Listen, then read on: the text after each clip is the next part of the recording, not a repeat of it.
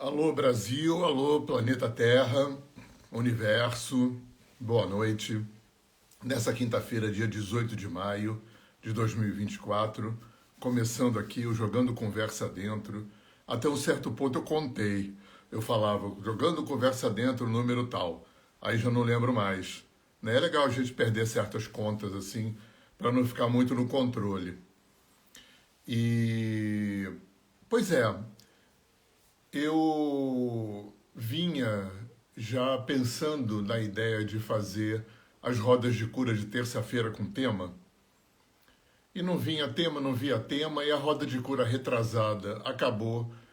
Não me lembro mais o que gerou um tema, que era o medo, e aí acabei fazendo, jogando conversa dentro com esse tema, e na semana passada aconteceu a mesma coisa e de repente entrou esse tema do limite. Né? E aí eu resolvi fazer o Jogando Conversa Dentro, falando de limite, porque eu acho que é um tema muito importante, e a função da roda de cura de terça não é exatamente ficar fazendo elaboração filosófica, né? É falar um pouquinho do tema, e acabou nascendo essa coisa que vai acontecer a partir da próxima terça-feira, que é fazer uma jornada de 7 rodas de cura, 7 terça-feiras, uma falando de cada chakra. Então a gente vai começar pelo chakra básico, o Muladhara, elemento terra, e começar, eu vou explicar sobre o chakra, o simbolismo, o arquétipo, né? O que está relacionado com esse chakra, fisicamente, emocionalmente, psicologicamente, simbolicamente, né? As glândulas que têm a ver com o chakra, o que acontece com equilíbrio, desequilíbrio. Né? Eu estudei numa escola tântrica, do Tantra da mão direita, né? Não o Tantra sexual. O Tantra da mão direita foi o que originou o Hatha Yoga. Né?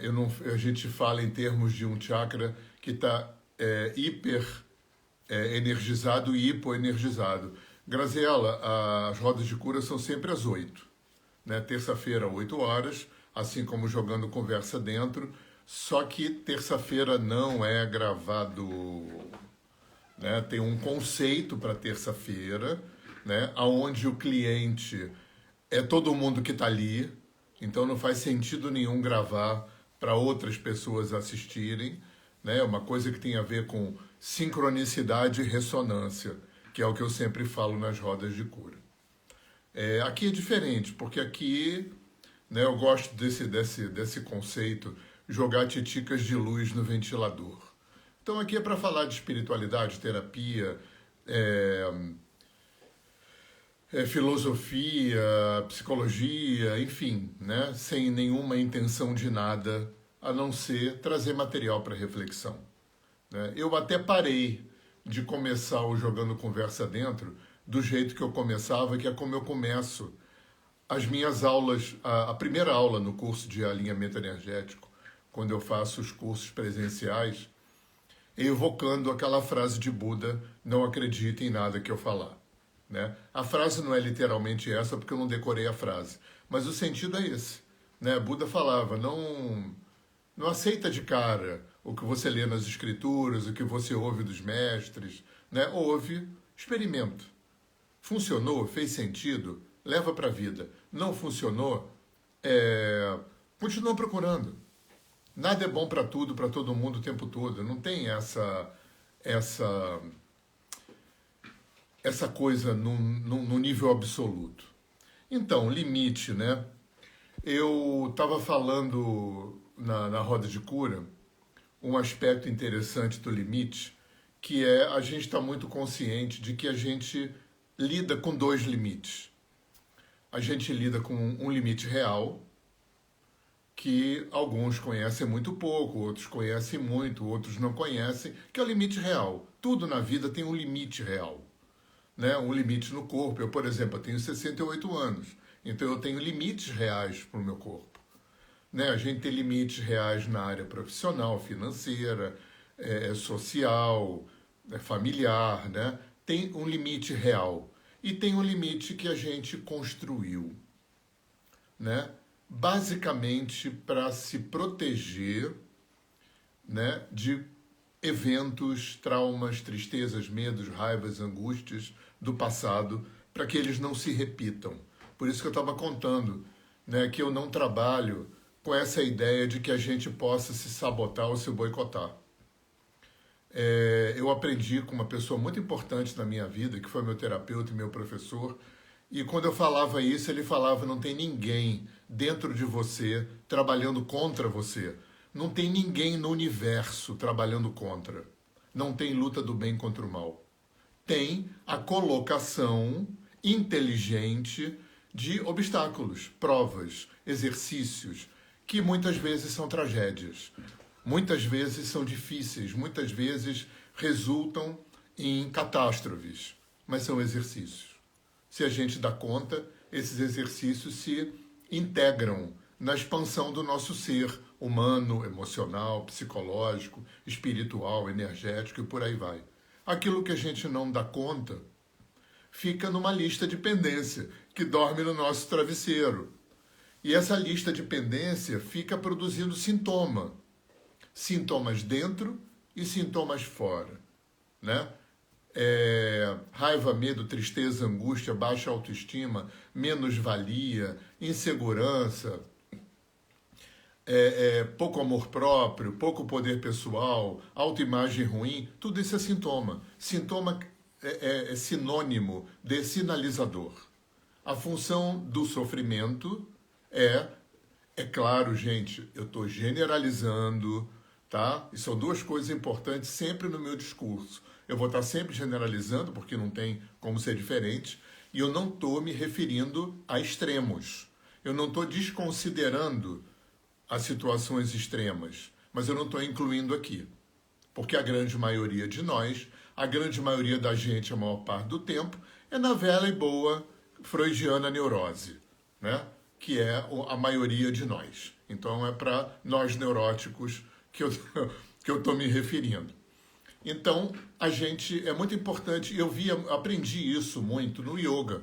Eu dei aula de yoga, é que eu estou ajeitando aqui a minha perna, eu dei aula de yoga uns 20 anos.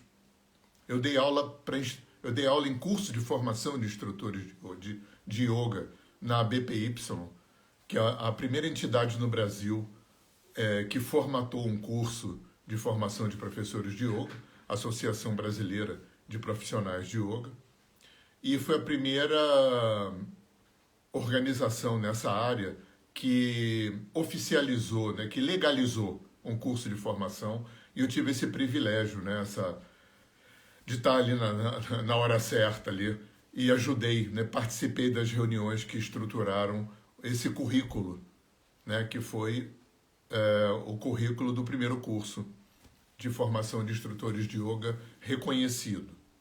Reconhecido em primeiro a nível estadual, que é o primeiro reconhecimento, né? O reconhecimento a nível federal se dá quando uma profissão é reconhecida, né? E está muito longe disso, até porque existe um racha no mundo do yoga, existe um racha no mundo das terapias holísticas, né? Onde uma parte gostaria que o governo legalizasse a profissão de terapeuta holístico, de instrutor de yoga, né, para ter um conselho, para ter sindicato e tal, e metade não gostaria, e eu me incluo nessa metade que não gostaria. Eu não vou entrar nesse mérito aqui, porque eu não estou mais nessa área do yoga, embora esteja na área holística, né, e a gente vai acabar desviando do papo aqui. Eu posso até fazer esse papo paralelo, porque é uma coisa que está muito de volta e meia vem um daqueles para você assinar, abaixos assinados que vêm por aquelas empresas, né? Porque o Senado está votando a possibilidade de regulamentar a profissão de terapeuta holístico, né? Existe uns sindicatos meio picaretagem, que são associações civis, né? Que se auto-intitulam sindicatos, que se auto-intitulam conselhos, mas é tudo picaretagem, porque só pode ter sindicato e conselho em profissão reconhecida pelo governo federal, tá bom? É por isso que eu não participo de nenhuma desses sindicatos e conselhos fakes que tem por aí. E aí, então, voltando para a história do limite, eu comecei a minha roda de cura falando dessa coisa que eu saquei no yoga. O que a gente faz no yoga? No primeiro momento, você faz uma avaliação, ou seja, como é que seu corpo está, né? Onde estão os encurtamentos, as questões articulares. No primeiro momento, se trata corpo, né? Depois, se procura ter uma noção, né, o professor e o aluno, né, aonde esse corpo poderia ir a partir da idade da pessoa, do passado de atividade física ou não, né, da atividade profissional, enfim, de uma série de quesitos, né, até onde esse corpo poderia ir, até onde essa perna poderia alongar a partir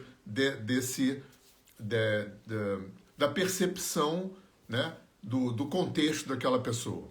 E aí você vai desenvolver um programa para que a pessoa vá desconstruindo aquela forma como ela está, para ela ir chegando paulatinamente, né, no seu limite. Ou melhor, sempre aquém um pouco do limite, porque a ideia é que não haja o risco de lesão de nada. Né? A gente tem que ter muito cuidado com isso. Mas até onde você pode alongar, até onde você pode fletir, até onde você pode estender, né? Até onde você pode torcer, até onde você pode fletir para frente, para trás, para o lado, né? De uma forma que não incorra em risco. Né? Então, a gente está trabalhando com 2 níveis de limite. O limite que a gente está e o limite real, o limite que a gente é, até onde a gente pode ir. Gente, isso vale para a vida como um todo. Né? Então, acho que esse raciocínio é um raciocínio legal para a gente ter como um balizador da nossa vida. Para tudo, para tudo. Né? A tentar enxergar, né? Se apropriar da consciência, da percepção do limite real e se apropriar da consciência do limite que está rolando. Né? Aonde esse limite que está rolando pode estar incomodando, atrapalhando, produzindo sofrimento, limitação de toda espécie. E aí a gente pode desdobrar, né? Essa história do limite, a gente pode desdobrar mais porque é legal. Então ficam umas perguntas assim, como é que a gente está operando em dar limite para o outro? Dar limite para o outro tem 2 vertentes. Né? É claro que tudo isso é muito mais complexo, eu estou generalizando, para a gente poder ser um pouco didático aqui e não ficar filosófico e abstrato demais, a gente poder trazer para a realidade. Dar limite pode ser 2 coisas. Eu posso ter dificuldade de dar limite, de dar um limite para o outro, né? De dizer sim e não quando eu quiser. Eu posso ter essa dificuldade. E muita gente tem. Né? Quantas vezes a gente não deu o nosso ombro, o nosso ouvido, o nosso tempo, às vezes dinheiro, sexo, presença, que a gente não queria dar? Quantos nãos a gente não disse que queria ter dito? Quantos sims a gente disse que gostaria de não ter dito? E a gente faz tudo isso, claro, generalizando, porque a gente não pode correr o risco de não pertencer, a gente não pode correr o risco de não ser amado, de não ser incluído, de não ser minimamente respeitado, querido, amado e pertencer. E, gente, eu tenho repetido isso, a gente aceita migalha, né? A gente suporta relacionamento abusivo, empregos que a gente odeia, morar onde a gente não gosta, né? Se relacionar com quem a gente não quer, fazer o que a gente não quer e não gosta. É claro que a vida obriga muitas vezes, né? Em muitas questões, a gente faz parte da vida, a parte chata, né? Tem coisas que a gente tem que fazer que não gosta, que não quer, né? Agora, isso não é o doentio da vida. Agora tem o doentio da vida. O que eu faço que eu gostaria de não fazer? que eu deveria não fazer e que eu faço para ser minimamente amado, pertencer, olhado, respeitado, incluído e por aí vai. E nesse quesito, a gente aceita migalha, né? E eu acho que a gente tem que ter muita... É por isso que tem uma coisa no alinhamento energético que vem muitas vezes, eu acho legal falar isso aqui, porque eu acho que já veio numa roda de cura, talvez na primeira, que é uma pergunta que eu recebi num alinhamento. Essa pergunta veio como uma senha. E foi muito interessante porque normalmente as senhas do alinhamento energético, essas que eu posto toda semana, em função da roda de cura, essas senhas são temporárias. É como remédio, né? Ficou bom, não toma mais. Parou de doer, não toma mais. Né? A senha é uma espécie de âncora da PNL, né? Para ajudar. Eu sempre falo que o alinhamento é uma cirurgia na energia, e é mesmo. E a senha é como se fosse um pós-operatório, um cicatrizante, uma salvaguarda para que a gente não suje o que está sendo limpo, para que a gente não reconstrua o que está sendo desconstruído. Mas um dia veio uma senha, isso foi muito, muito interessante, né? É legal o alinhamento ser uma terapia que não é fechada, né? Não foi terminada. Então, como o campo é soberano e o campo é de uma complexidade incompreensível, né? Gigantescamente complexa, né? Está sempre vindo coisas novas, e um dia veio uma senha para um cliente, depois essa senha veio muitas outras vezes, que é muito interessante, que é uma senha para a vida. E tem muito a ver com essa história do limite. É uma pergunta. Toda vez que você se deparar com a necessidade de fazer uma escolha, uma decisão, uma opção, né, um caminho, um projeto, uma conversa, seja lá o que for, tem uma pergunta que é verdadeiro e justo para mim, comigo? O outro sempre vem depois. Sempre. Lembra de máscara de avião? Você pode estar com o neném recém-nascido no teu colo. Primeiro você, porque senão você não vai poder atender o outro. Né? Aí não é estranho quando Jesus profere aquela frase mais famosa, amai ao próximo como a ti mesmo. Ele poderia ter falado antes de ti mesmo ou mais do que a ti mesmo, mas ele não falou. Porque Jesus era esperto e sabia que a gente não pode dar o que não tem. Então, essa pergunta, ela coloca a gente, vai colocando a gente muito se apropriando do direito de dar limites. Né? Tem uma coisa também que foi muito importante para mim aprender, e já tenho falado muito isso aqui, a gente precisa ter coragem e humildade. Essa foi a senha dessa semana agora, de anteontem. Coragem e humildade. Isso eu aprendi em terapia também. Né? A importância de desenvolver a coragem e a humildade como virtudes integradas. Né? Essa pessoa que me ensinou ainda dizia, olha, só a humildade corre o risco de poder cair na subserviência, na baixa autoestima, e só coragem corre o risco de poder cair na arrogância, né? na prepotência. Então, é muito Mahatma Gandhi essa coisa de coragem e humildade para responder essa pergunta.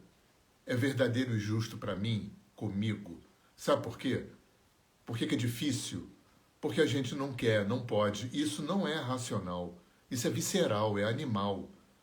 É quase pulsional. Eu não posso correr o risco de não pertencer, de não ser minimamente amado, olhado, incluído, considerado e respeitado. Eu faço qualquer coisa. Então, na desconstrução disso, uma coisa importante, foi muito importante para mim me apropriar disso, é dar, eu vou falar de um jeito até arrogante, né? Dar direito ao outro de se aborrecer comigo, de se decepcionar comigo, de se frustrar comigo e, eventualmente, até de romper comigo. Se esse rompimento, essa frustração, essa decepção for o preço da minha independência, da minha liberdade, da minha autonomia. Né? Como aquariano, esse trio, para mim, é o que norteia a minha vida. Liberdade, independência, autonomia. Não tem nada a ver com egoísmo. Tem a ver com dar limites. Também, né? Então, se eu disser um sim, se eu disser um não, e esse não for dar limite para alguma pessoa ou uma circunstância que está ultrapassando o meu limite, né? Se o outro não gostou, problema do outro. Se o outro se feriu, problema do outro. Se o outro se ofendeu, problema do outro.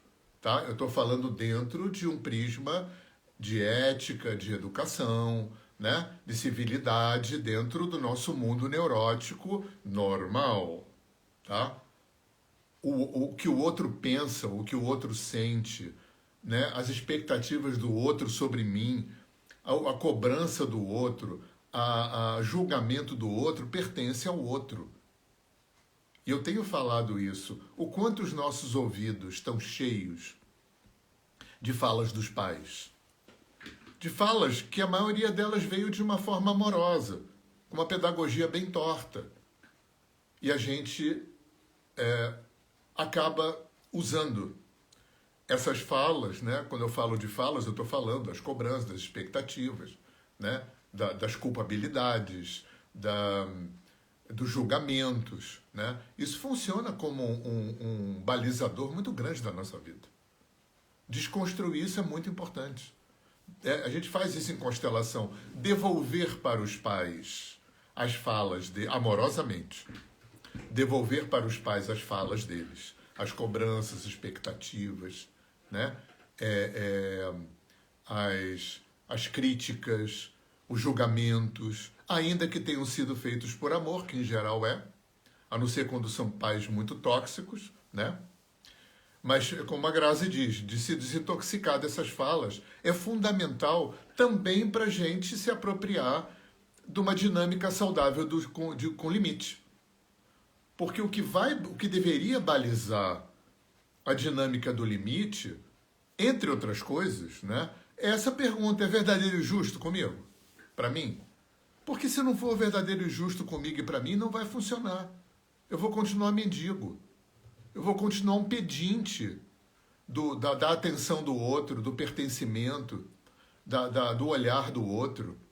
Né? E eu vou aceitar adoecimentos, eu vou aceitar, né? Eu vou aceitar qualquer coisa. E é incrível como é fácil para o ser humano aceitar qualquer coisa e se adaptar. Né? Se adaptar num relacionamento abusivo, num relacionamento adoecido, seja ele social, conjugal, profissional, não importa. Né? A Tâmara está falando aqui, a constelação ajuda a identificar e devolver com amor, com certeza. Com certeza. Então, tem essa coisa dos dois limites, né, que eu acho que tem que ficar muito clara para a gente. Em todos os planos da nossa vida, existe um limite real. O limite real, para tudo. Né? Limite físico, financeiro, operacional da vida familiar, tem um limite. Né? Às vezes esse limite real inclui certas concessões que têm que ser feitas, porque a vida é feita de concessões. Mas concessões que não têm que atravessar o saudável, que não tem que adoecer, né? Que não tem que me adoecer, nem adoecer as relações. É fácil? Não, não é fácil. Né? Por isso que fazer terapia é importante. Porque aí a gente vai elaborando e vai ficando mais fácil, não só de entender, como de ir se apropriando da sua capacidade de dizer sim e não. Né? Porque não só é importante não deixar que o outro atravesse o nosso campo de limite saudável, como é importante a gente não atravessar o campo do outro. Né? Também. A coisa é na mão dupla. Né? Muitas vezes a gente, conscientemente ou não, com boa ou com má intenção, a gente acaba atravessando o campo do outro nessa tentativa de pertencer, de receber afeto, admiração, reconhecimento, amor, atenção, ainda que seja adoecido. A gente também ultrapassa o limite do outro. A gente também não ouve o não. Né? A gente força um sim. Então essa mão dupla é muito interessante nessa dinâmica também do limite, né? E no fim das contas, gente, vai cair, porque é dentro da gente que a coisa tem que ecoar, né? É aquela coisa que eu falo sempre, o fora tá ruim, muda dentro, porque o fora é construído pelo dentro. Não é o fora como acontecimento, é o fora na forma emocional, na forma psicoemocional que eu lido com esse fora. Como é que eu lido com o entorno? Como é que eu lido com a vida social, profissional, afetiva, financeira e por aí vai, né? A forma como eu lido com isso é um reflexo de como eu lido comigo. Comigo. Só que eu tenho falado isso e repetido, e vou repetir porque eu estou repetindo para mim, antes de mais nada. Eu adoro aquela frase, que eu não sei se é do Jung, eu ensino melhor aquilo que eu mais preciso aprender, né? Então, esse limite aplicado a mim, é dentro de mim. Então, quando eu entro para dentro de mim, a pergunta fica, a que está servindo os limites que eu me impus? Ao que está servindo os limites que eu me impus? Que me provocam sofrimento, que atrapalham a minha vida, que muitas vezes fazem eu ficar recorrendo, repetindo um monte de coisas, que fazem eu ficar preso em loopings, em ciclos viciosos de N circunstâncias. O que tem dentro que eu não estou olhando, né?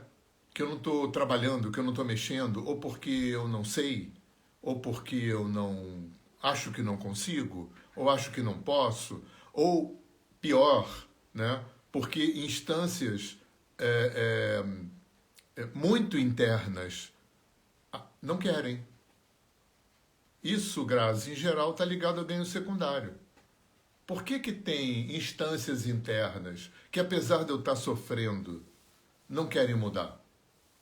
Isso está acoplado a ganhos secundários. O inconsciente ele é meio burro, porque ele quer atalho, ele quer soluções rápidas. Aí eu falei na terça-feira, deixa eu tirar a camisa aqui que tá frio, mas tá calor. Eu falei na terça-feira do segurança de shopping. Quem fez curso comigo sabe dessa história. Né? Todos nós temos, sabe, segurança de shopping? Aqueles caras grandes, imensos, com terno preto? Cada um de nós tem um cara desse bufando no nosso cangote, falando assim, Tâmara, a vida tá mais ou... Aliás, a tua nem tá mais ou menos, a tua tá ótima, né? Que eu tô sabendo, tô te acompanhando, mas vamos lá. A vida tá mais ou menos, né, Tâmara? Né? Tá, não sei o quê, bababá, né? Olha, mas ó, não mexe não, hein? Porque lembra, se você mexer, vai acontecer de novo. Esse cara é o que faz... Claro, a gente está generalizando, tá? Eu estou simplificando. É muito mais complexo. É claro que esse cara, ele tá ao nosso serviço. Ele é a parte da gente que é paga para trabalhar no sentido de que não pode acontecer de novo aquilo que aconteceu e que foi muito difícil. Esse cara é muito forte. Esse cara tem um poder de convencimento muito grande. E esse cara, o salário dele é a nossa limitação. Aí eu dei na terça-feira com o exemplo da pessoa que já foi assaltada na rua trocentas vezes e um dia, de saco cheio de ser assaltada na rua, com medo de tudo, né, na maior paranoia, encontra um cara especialista em segurança, conta essa história, o cara fala, beleza, eu tenho a solução para você. E te tranca num quarto e te dá a chave. E aí eu fiz aquela pergunta que eu sempre faço, inclusive para mim. Em quantos quartos dentro da gente a gente ainda está preso, com a chave na mão? Que a gente se prendeu ali, porque ninguém prende a gente, né? Que a gente se prendeu e a gente não sai com medo de que aconteça de novo aquilo que aconteceu e foi difícil. Para aumentar essa linha de tensão interna, né, tem uma parte da gente que é muito mais inteligente que esse segurança de shopping, tem uma perspectiva da gente muito maior, tem um poder muito maior, uma parte da gente tem um poder muito maior sobre a nossa totalidade, que olha para o segurança, olha para a gente e fala assim, então não está trabalhando aquilo, não está curando, não está mexendo, não está tentando resolver, porque está com medo de que aconteça de novo. Sabe o que essa parte da gente faz? Acontecer de novo. Isso cria uma linha de tensão, muitas vezes, insuportável, entre uma parte da gente que trabalha com unhas e dentes, para a gente se manter naquele quarto, para que não aconteça de novo, e uma parte muito mais forte que fica arrancando a gente daquele quarto para ser assaltado de novo na rua. Para quê? Porque isso também é sintoma. Lembra? Nesse conceito de sintoma, né? Como eu não trabalho mais com Deus castiga, com azar nem acaso, né? E com vítima e culpado, num sentido sistêmico, né? O que sobra? Um universo, uma criação inteligente. Uma grande teia inteligente, interagente, interdependente, né? Que opera como uma orquestra inteligente, aonde a lei de causa e efeito a grande mola mestra desse exercício evolutivo, onde todo o universo está em expansão, né? Todo o universo está em expansão. Nós estamos em expansão. E essa expansão ela é controlada por essa grande lei que os hindus chamaram de lei do karma, que é uma lei de causa e efeito, que opera no nível holográfico, né? Porque a gente, no Ocidente, pegou a lei do karma e trouxe ela para o tridimensional. Reparou, a gente fala assim, muitas vezes, fulano foi traído pela mulher, ou perdeu um filho, ou está com câncer, que karma, hein? Ninguém fala, o cara ganhou na Mega Sena sozinho, que karma, hein? Karma virou sinônimo de azar. Mas a lei do karma é a lei de causa e efeito newtoniana aplicada a uma realidade holográfica, multidimensional. E a sincronicidade e a ressonância, que eu falo muito na terça-feira, né, são dois dos braços dessa grande lei de causa e efeito que sustenta a inteligência logística desse grande organismo que é toda a criação.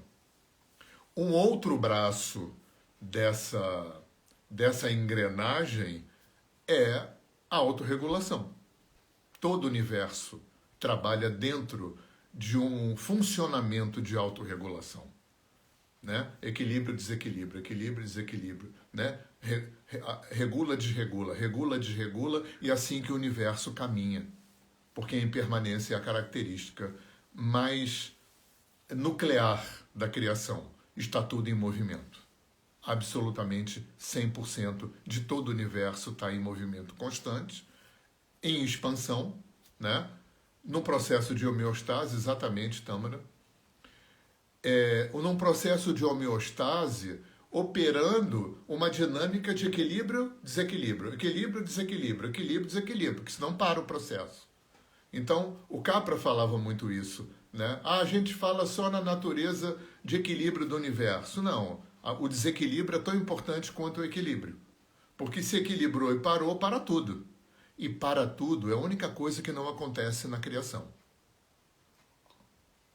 Porque a única coisa que é permanente na criação é a impermanência. Então, voltando para o limite, a gente volta para aquelas questões que são mais feijão com arroz mesmo, né? Esse convite, para mim, isso é importante, né? Existem dois limites em toda a minha vida, em todos os campos da minha vida. Eu opero com dois limites. Existe um limite real. Existe o limite que eu criei para poder me proteger de coisas ruins que aconteceram e que não podem acontecer de novo. Esse é o enunciado basicão. É claro que é mais complexo, é claro que eu estou generalizando, é claro que eu não estou falando de extremos, que extremos existem, infelizmente não é a maioria, né? Estou falando da nossa normalidade neurótica que a maioria de nós compartilha. Depois, junto com esse fato, costurado com esse fato, essa história do limite, né? O quanto a gente respeita o limite do outro e o quanto a gente não deixa que o outro respeite o nosso limite. Mas tem uma outra perna disso aí também. Porque se por um lado eu posso ter um limite doentiamente permeável, né? Tem até uma palavra que eu estou perdendo aqui.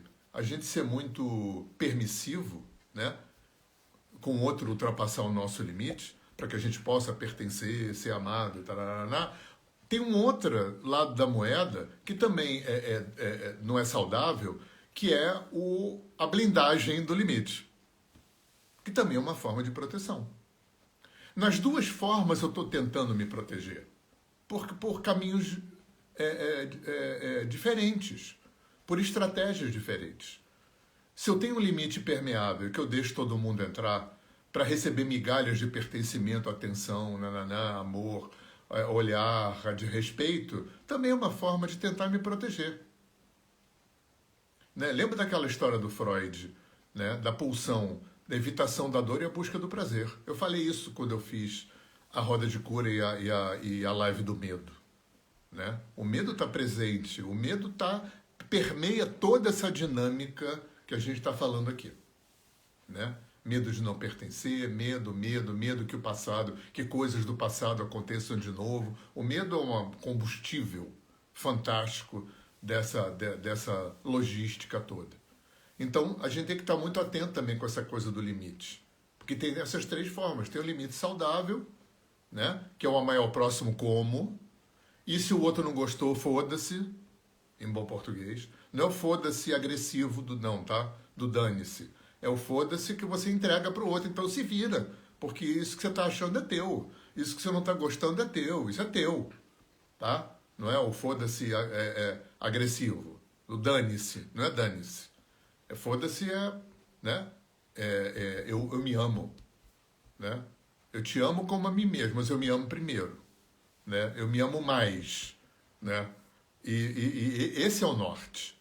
Né? Que tem a ver com o verdadeiro e justo. Essa pergunta, é verdadeiro e justo, tem a ver com o amor próprio. Tem a ver com a construção de uma autoimagem positiva. Eu falei também, não sei se foi na terça ou na outra quinta, de autoimagem. Né?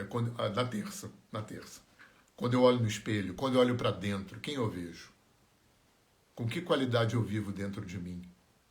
Gente, isso é uma pergunta bússola para mim.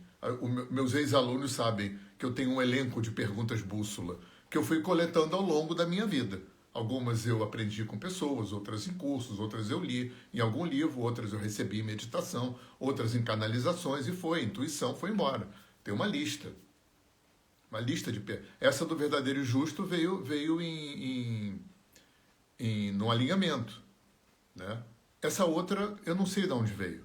Né? Com que qualidade eu vivo dentro de mim? Essa pergunta tem que ser diária. Com que qualidade eu me relaciono comigo? Com que qualidade eu me sinto encarnado nesse corpo, nessa vida? Isso vai determinar toda a nossa história. Isso vai determinar a forma como eu lido, principalmente emocionalmente, com o meu entorno.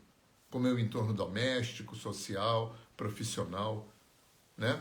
E é uma pena que a gente viva ainda numa cultura do fora, onde nós todos, quanta energia que a gente tem gasto e gastou já, tentando mudar pai e mãe, filho, cônjuges, amigos, patrão, empregado, a vida, com 100% de chance de não funcionar. E a gente continua fazendo. A gente continua fazendo por injunções culturais, religiosas, que estão impregnadas no inconsciente coletivo.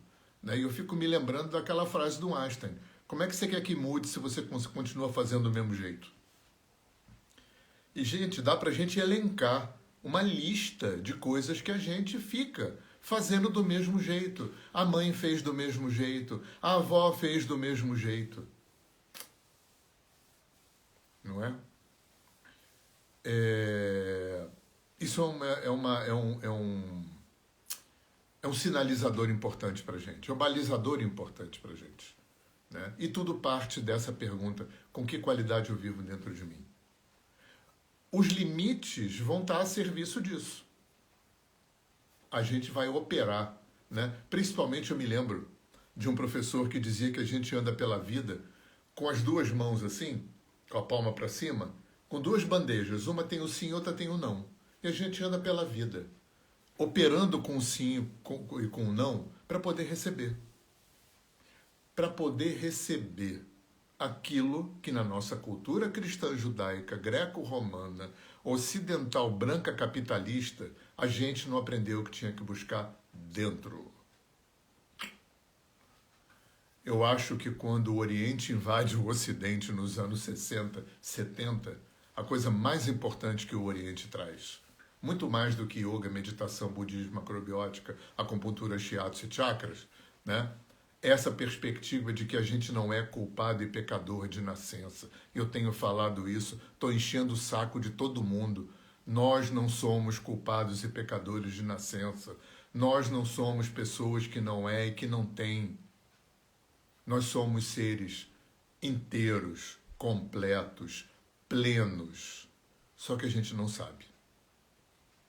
Esse dado não é uma firula filosófica. Isso é uma chave.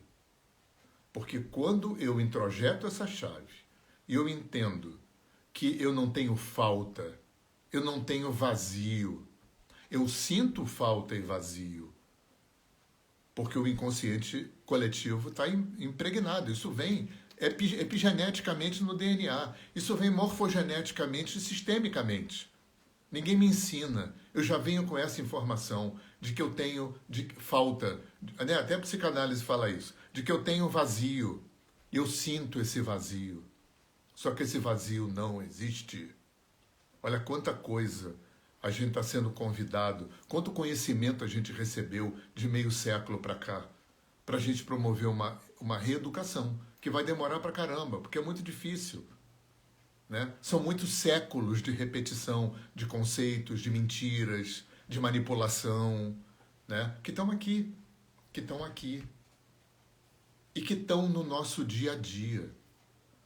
É só a gente pensar quais são as estratégias que a gente lançou mão para poder preencher esse vazio que a gente sente, para preencher essa falta que a gente sente, para dar sentido a uma vida de quem é pecador e culpado, de quem nasceu sem ser e sem ter.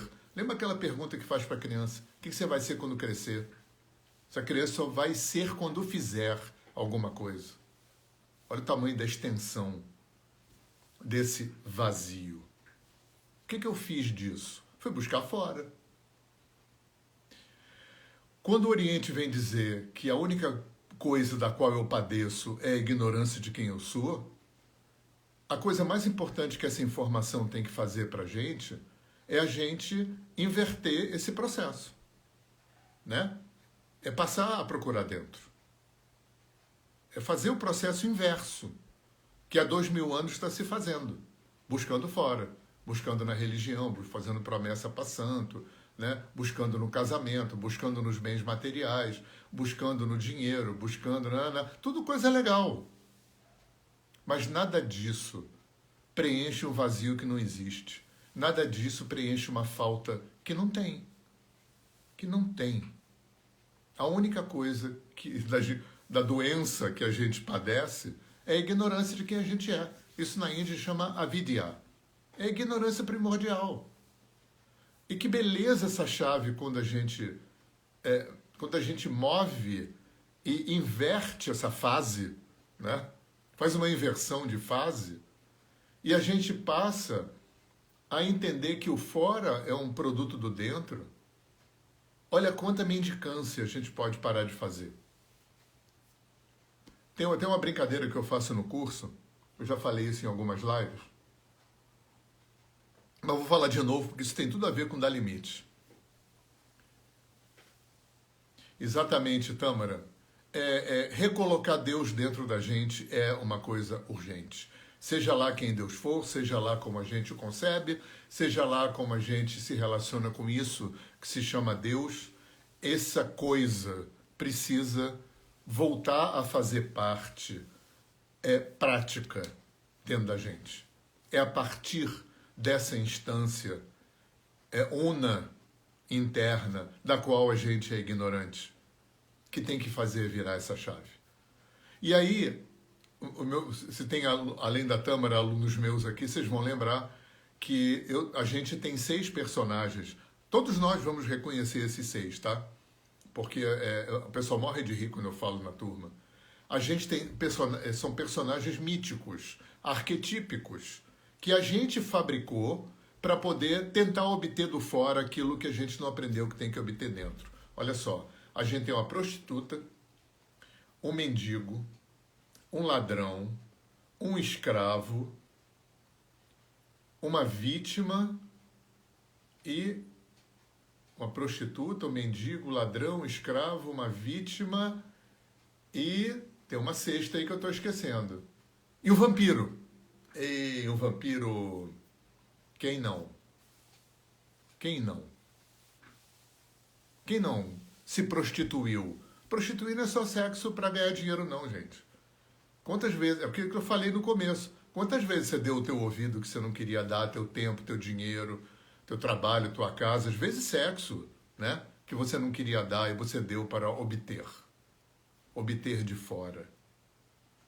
Essa coisa do obter de fora é tão ruim que, via de regra, o que a gente consegue obter de fora é adoecido. É adoecido. Sempre que a gente busca fora, passando por cima da gente, isso já é adoecido. Como é que a gente vai receber alguma coisa saudável de fora se a nossa estratégia já é adoecida? O constelador conhece isso, a Tâmara conhece isso melhor do que eu. Ninguém passa por cima de si impunemente. Quando você dá mais do que recebe, o sistema descompensa. Quando você recebe mais do que dá também, né? Para ser democrático aqui. Mas estamos falando de limite. Limite, às vezes, implica em dar mais do que receber. Os personagens, cara. É isso aí. Quem nunca roubou, quem nunca mendicou, quem nunca vampirizou, quem nunca se escravizou, quem nunca se vitimizou para receber de fora. Né? Aquela mesma ladainha, gente. Aquela mesma ladainha. Então, assim, eu ficaria aqui falando, mas na verdade, se eu continuar falando, eu vou acabar me repetindo muito. Porque é legal mapear o fora, né? Que é o que a gente está fazendo aqui, mapear as possibilidades, né, de limite e tal, essa coisa do limite real, do limite que a gente criou, do limite que a gente dá ou não para o outro, do limite que a gente estabelece ou não. Mas tudo isso deve ser recolhido e trazido, né? Eu tinha um professor querido que chamava isso de autorreferência. E eu fazia terapia com ele, e a gente tem essa coisa, né, da família, da mãe, do pai, dos bullying da escola, não sei o quê, da coisa que pai falou, que mãe falou, a namorada que traiu, não sei o quê, os problemas, as dores todas. Aí ele ouvia tudo aquilo e falava, ok, vamos recolher e botar tudo dentro agora. Tudo dentro. Aonde você é isso tudo que aconteceu. Aonde você é co-criador disso tudo. Qual é a função de ter co-criado e co-atraído tudo isso? Né? Como é que é o espelho disso? Como é que os outros te viram no teu espelho? Como é que você se viu no espelho do outro? Como é que essa logística aconteceu dentro? E aí, essa logística, em geral, acontece dentro, numa coisa que eu gosto muito de falar também, que é muito legal. Né? Quando eu aprendi, foi muito importante para mim essa dualidade da autoimagem e da persona. Né? Autoimagem é quem eu acredito que eu sou. Né? E a maior parte da minha autoimagem, é muito interessante uma coisa para a gente... acho que eu falei isso na terça também, para a gente ancorar aqui no concreto. Lembra, neurociência já sabe que o cérebro tende a focar no ruim, no que não está resolvido, no que não está bom, no que não está integrado. Aquela coisa que a gente fala, pô, fulano, tá tudo bem, nossa, pô, 9 vezes você acertou, só porque você errou uma vez você está aí nessa noia. É isso aí. O cérebro faz isso. Porque o cérebro tende porque o que está bom, o que a gente resolveu, trabalhou, venceu, aprendeu, isso se integra na expansão do nosso ser. Humano, energético, espiritual, emocional, tudo bem. Agora, o que não está bom é o que provoca sofrimento. O que não está bom é o que provoca sintoma, interno e externo. Isso é o que não está bom. Dentro. E isso que vai formar a maior parte da nossa autoimagem. A maior parte da nossa autoimagem, eu gosto de usar um exemplo de um óculos. É como se a gente tivesse um óculos com lente que, através dessa lente, a gente olha para a gente, para o outro e para a vida.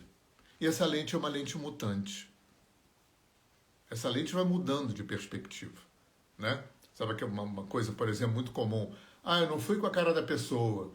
Poxa, mas eu fui conversar com ela, eu fui vendo, a pessoa é muito legal. A gente faz isso com a gente também, né? A gente aplica esse tipo de coisa com a gente, porque essa lente é mutante. Só que essa lente ela é construída pela nossa baixa estima, menos-valia, pouco amor próprio, pouco poder pessoal, raiva, medo, angústia, depressão, tristeza, pânico, ansiedade, trauma, abandonos.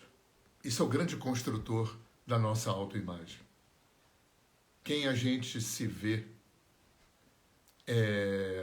não é quem a gente é.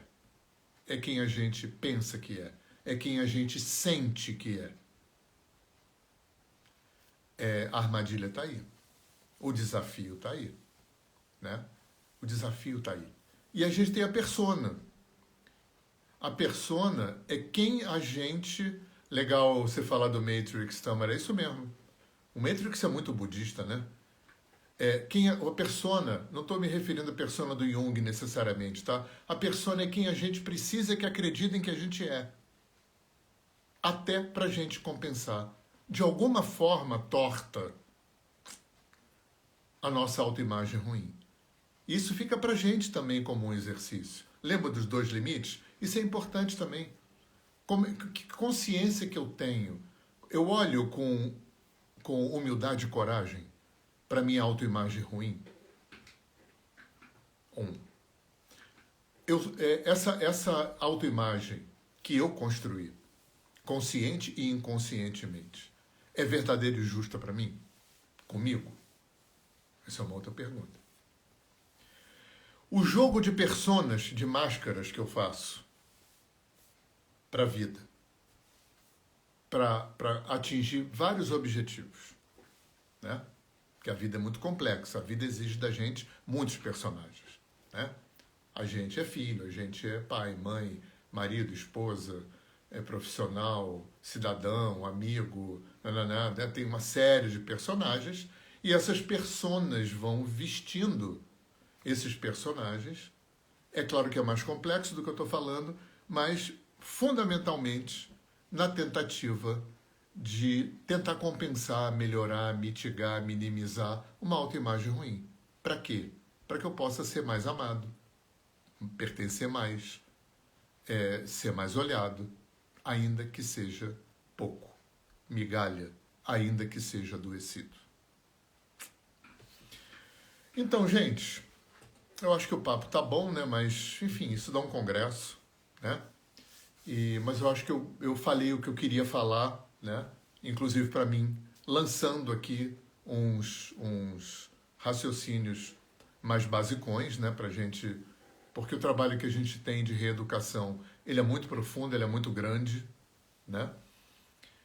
E vai ficar gravada essa live para quem chegou mais tarde, tá? Vai ficar gravada aqui no Instagram. Amanhã eu tô colocando no meu canal de vídeos no YouTube e tá indo como podcast para o meu canal de podcast no Spotify, que chama também Jogando Conversa Dentro. Aliás, o do YouTube também. O que eu preciso falar para vocês? Ainda tem vaga na turma de Niterói, alinhamento energético, de agosto a dezembro, 10 aulas, 5 finais de semana, 1 por mês, 80 horas aula, e ainda tem 4 encontros online entre os módulos para a gente dar uma repassada, uma treinada, tá bom? Qualquer coisa manda, dá uma olhada na minha bio, que tem o link para a página de venda lá do curso de Niterói. Um lugar lindíssimo, em Caraí, chama Buddy Soul, uma casa super simpática, maravilhoso, vão ser 80 horas muito bacanas, tá? Então, quem tiver, a gente facilita pagamento, tranquilo, tá? Quem o coração chamar, procura a gente, tá? A Tâmara fez já passou algumas pessoas, mas a Tâmara fez o curso comigo, ela já produziu um curso para mim lá em Balneário Camboriú, foi maravilhoso estar com a família dela. Agora ela está com o amor da vida dela lá em Seattle, super bem, graças a Deus, eu torço muito por ela. E, gente, estou preparando um imersivo online de meditação para o mês que vem, último sábado do mês que vem, o dia inteiro, um imersivo de meditação, que vai ser bem bacana, precinho super camarada, tá? Vai ser um dia inteiro pelo Zoom, vocês vão ficar sabendo. Eu tenho um trabalho paralelo ao alinhamento, que é um trabalho com terapia de respiração. Eu trabalho há mais de 20 anos com terapia de respiração, não só com yoga, mas eu tive uma inserção muito profunda no mundo do renascimento e no mundo da respiração holotrópica. Desenvolvi um método próprio. Profissionais de saúde, terapeutas holísticos, interessado, quem quiser fazer transição de carreira, é uma terapia de entrada muito boa. Faz um link muito legal com alinhamento energético, porque respirar é a coisa mais importante da vida da gente. É a única que a gente não vive sem. Então, um curso muito legal, vai ser um curso intensivo, imersivo, de 10 dias, em Santo Antônio do Pinhal, num espaço maravilhoso na natureza. O link também está na minha bio, dá uma olhadinha lá. A gente facilita pagamento. É uma terapia que se acopla em qualquer terapia, porque é corporal. É corporal. Terapia de respiração deveria estar presente em todas as terapias que existem. Tá bom? Eu acho que eu não estou esquecendo. Sim, claro, estou esquecendo aqui.